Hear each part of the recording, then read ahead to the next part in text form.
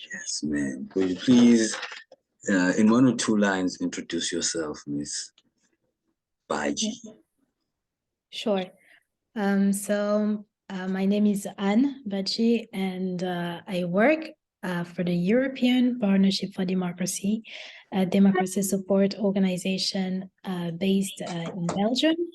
The European Partnership for Democracy is a network of 18 democracy support organizations based in Europe, but implementing projects throughout the world. And this is also the strength of this organization, that we can count on the different expertise and networks of all those organizations. So we have this new project named Wide Youth, the Women and Youth in Democracy Initiative, financed by the European Commission. And in this program, I am in charge with the advocacy part. And within this advocacy part, we are coordinating the work of the Youth Democracy Cohort of the Summit for Democracy. So yeah, that's why I am the contact person for this youth cohort. All right. Miss M, according to you, what do you think is the significance of youth participating in forums such as these, such as Summit for Democracy? How do you think that it influences the political landscape?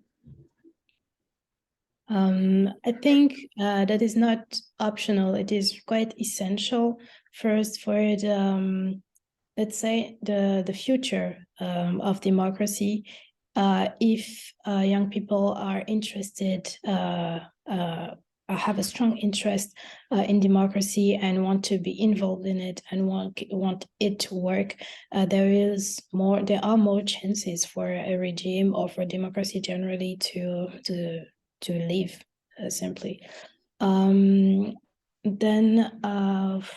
I would say it is important for us. That's something we fight for youth interest to be considered in all government initiatives and issues. We want youth to be invited at all tables, and in the framework of the youth of the Summit for Democracy, we also want that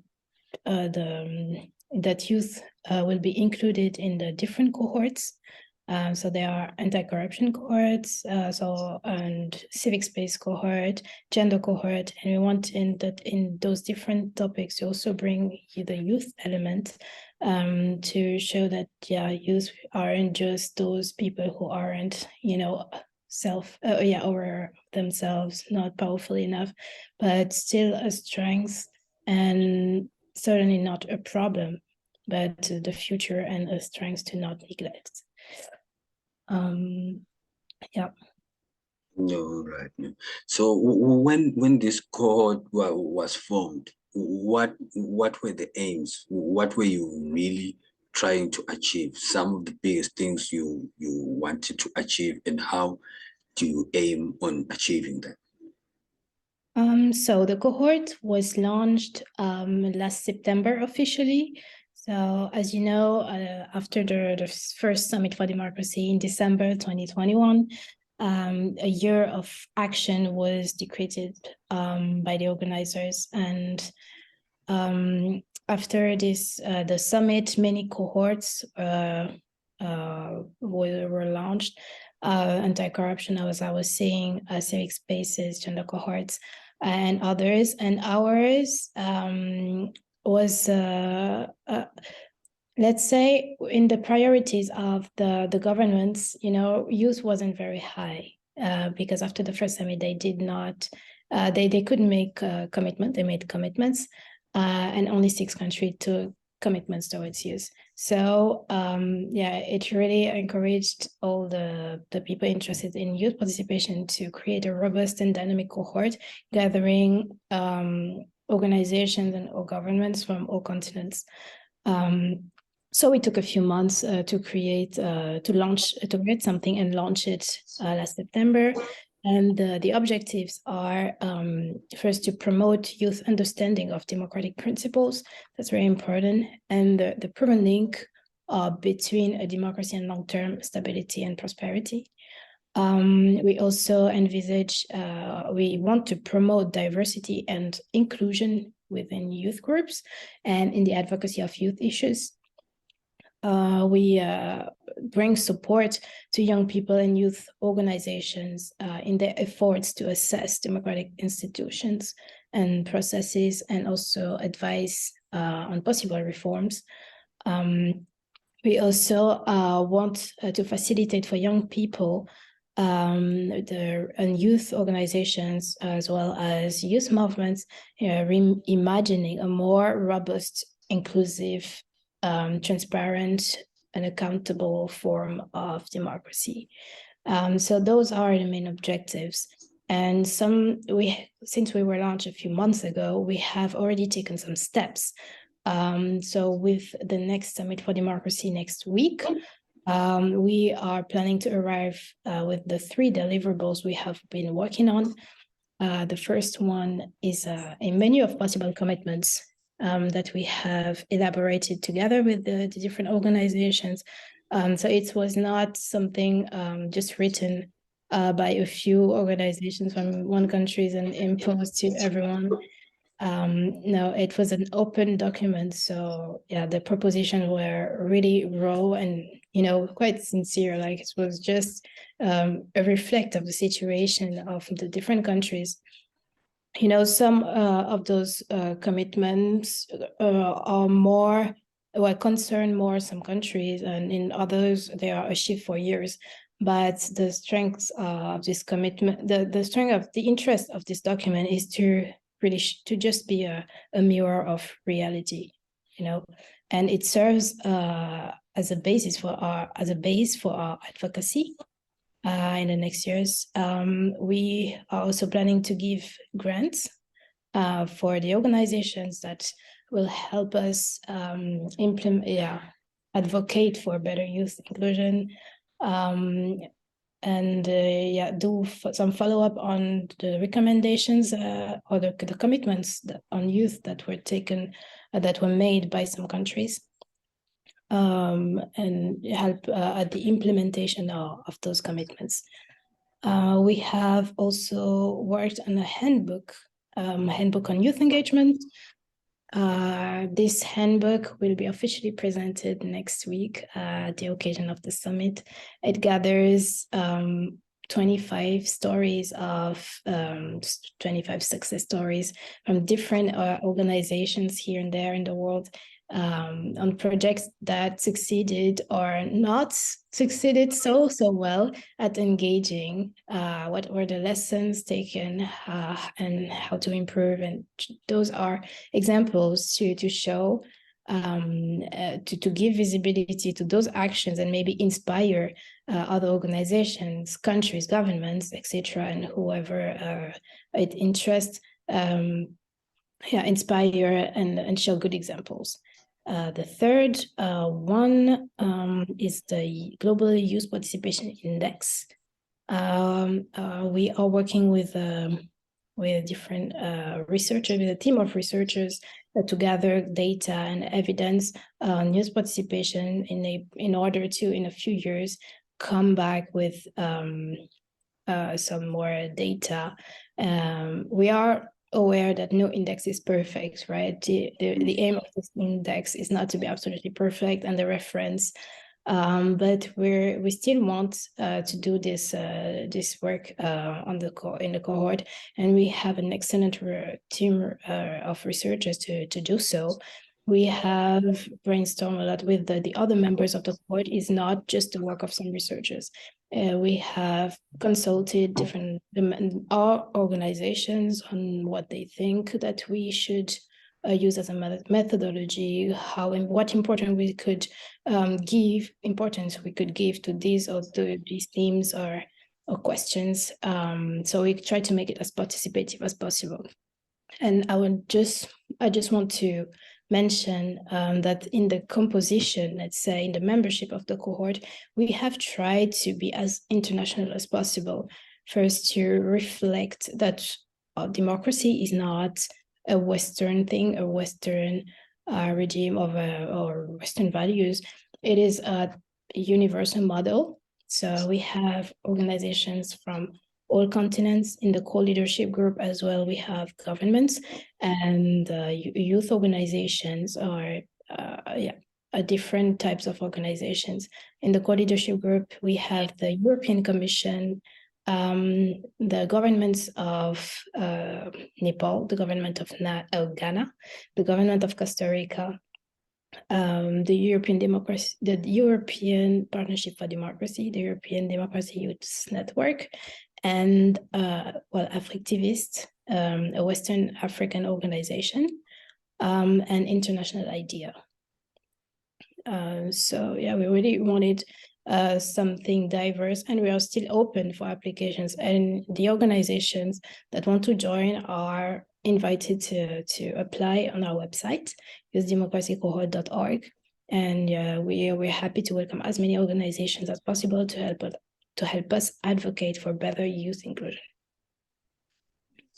Okay, that was insightful. That was insightful.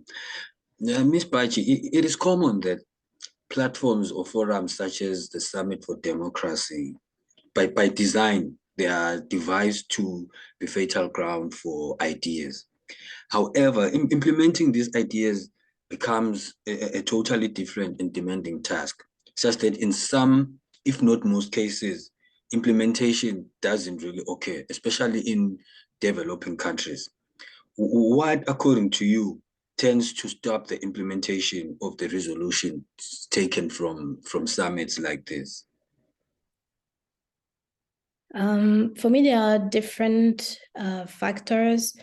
I would say just history and culture. You know, in some countries, it is just not usual to give the floor to youth, to give them so much importance. First at the head, to the politicians, and also the youth. You know, there is this mentality or this lack of confidence that youth has, many young people have, not all of them, that they don't, they aren't first so interested in politics because, you know, it is associated with corruption or bad behaviors or promises not respected, crimes or whatsoever. They also lack of confidence in the fact that they can decide really the right things for for themselves and also for a whole country. So there are those factors that make youth youth interest quite secondary, you know, and more a problem than an opportunity. Then I would say the coordination between actors might be tricky at times because they might have their own issues here and there, different resources or problem or whatsoever. And I see it in my job because you need to deal with civil society, governments, and so on, and there are different interests, geopolitical interests that can unfortunately come into the game and make things harder. And another thing is, it's linked to the first factor, but I would say the lack of representation of young people to carry the voice of young people. Clearly it is linked to the first point that I said. I think that if we would have more young people, placed as examples or being competent in what they say. I'm not saying like we should put young people whatever, if they are young, it's okay. But competent young people, powerful, like yourself. I'm just doing my best. Doing my best every day as I can. To represent and carry the voice of youth inclusion, youth interests. That's something that would help, really. I hope I answered the question. Yes, you did. Yes, you did. It is universal truth that for any society to develop, for the society to develop, first its people need to have freedom. That includes freedom of choice, freedom of association, freedom of speech. But as we speak, and this applies mostly to developing countries, as we speak, there are countries whose citizens are still fighting for the basic right of choosing their own governments. What would you say to youths of such countries to encourage them to participate more in the fight of securing these basic rights? I would say that's the most obvious answer. Well, keep up the fight. I mean, is there any other solution? Seriously, we need to never. How is it the word already? Back down. Let's say, still continue. I mean, if the conditions are hard, maybe there is another way to grow. You know, if but yeah, doing some actions here and there or voting isn't so easy. Maybe people can continue to train themselves to know more, to do capacity building, to learn more, and also build alliances. For me, that is something key. If in one country it is hard, because of freedom of association, for example, in gathering, then maybe now with the technology, it is quite easy to, to be put in contact with similar organizations, with similar views in other countries of the world. So building alliances enables to get stronger and also to gain visibility. I would say so. Those are my advices. So keep on fighting and being creative. I mean, that's the the one positive point of adversity. You need to go a little bit out of your way, find new solutions, and always respect law. Obviously, I'm not supporting any type of stupid rebellions and what is the word already? I don't remember. Any type of revolution is not okay for me. Yeah, as long as it strengthens democracy, that's or allows stable form of governments. That's something to really keep in mind whenever we do actions. So yeah, continue fighting, being creative, continue the advocacy, create alliances. Those are my take. What do you think? And I'm asking for your personal opinion here because there is not really anything set in stone. This is a subject of opinion when it comes to democracy paradox. Like there are those that believe that democracy is a threat to itself. What's your take on that line of thought? This sounds more like philosophical question than really, democracy question. Yeah, but still super interested. I would say that the paradox is mainly in the human condition, I would say. And the core value, or one of the core values in democracy, is freedom. And from the moment that you want to enable everyone's freedom, at some point they will clash at some point, and sometimes in a more important ways than others, or more impactful ways than others.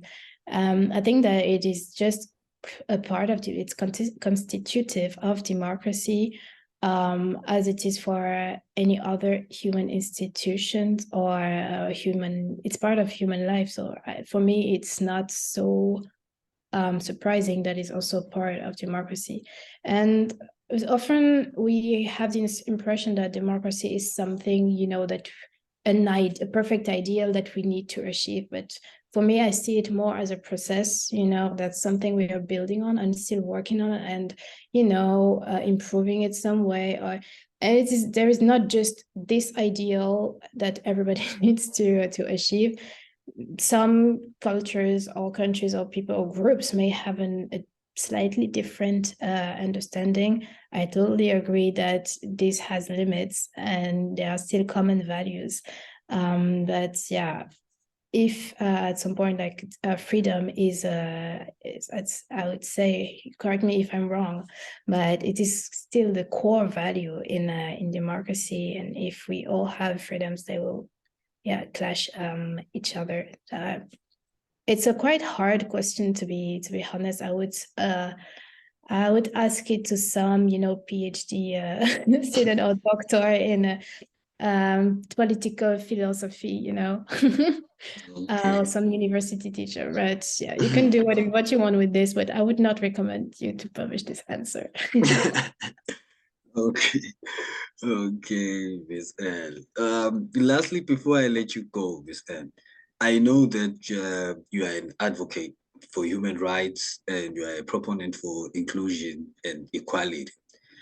But in as much as progress is made on those fronts, in front of inclusion, gender equality, and that, but we still see some cases where it's like we as a society we take 10 steps forward and 15 steps back.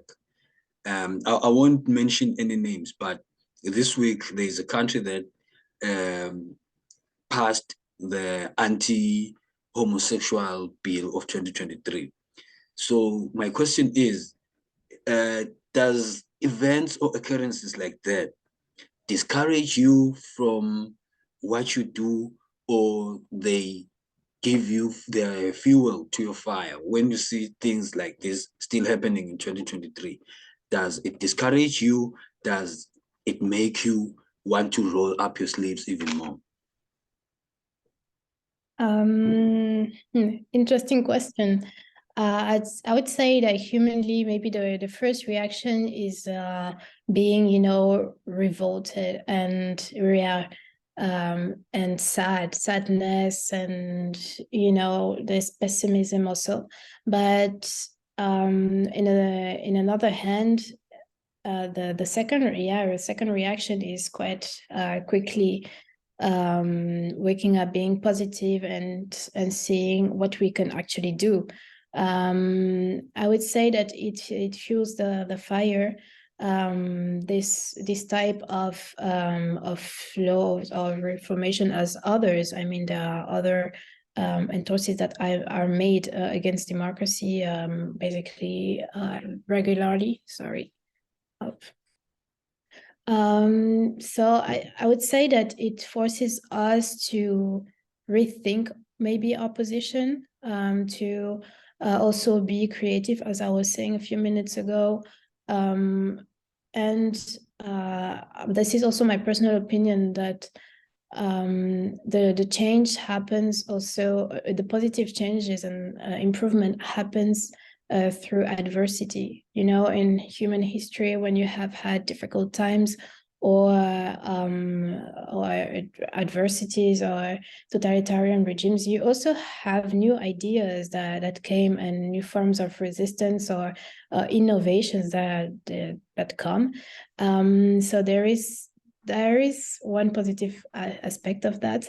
It also allows you to identify new allies maybe easier than if everything was easier. If there was no difficult situations or so. So that's it for me. It creates maybe can give a new momentum to the fight that organization that what we are doing, and the support that we are bringing. That's it. Miss Baji, merci beaucoup for your time. And I'd like to thank you not just for this interview, for the work that you and your organization do. It is my personal belief that freedom and democracy are most critical at this time than they ever were. So I appreciate what you and your organization do.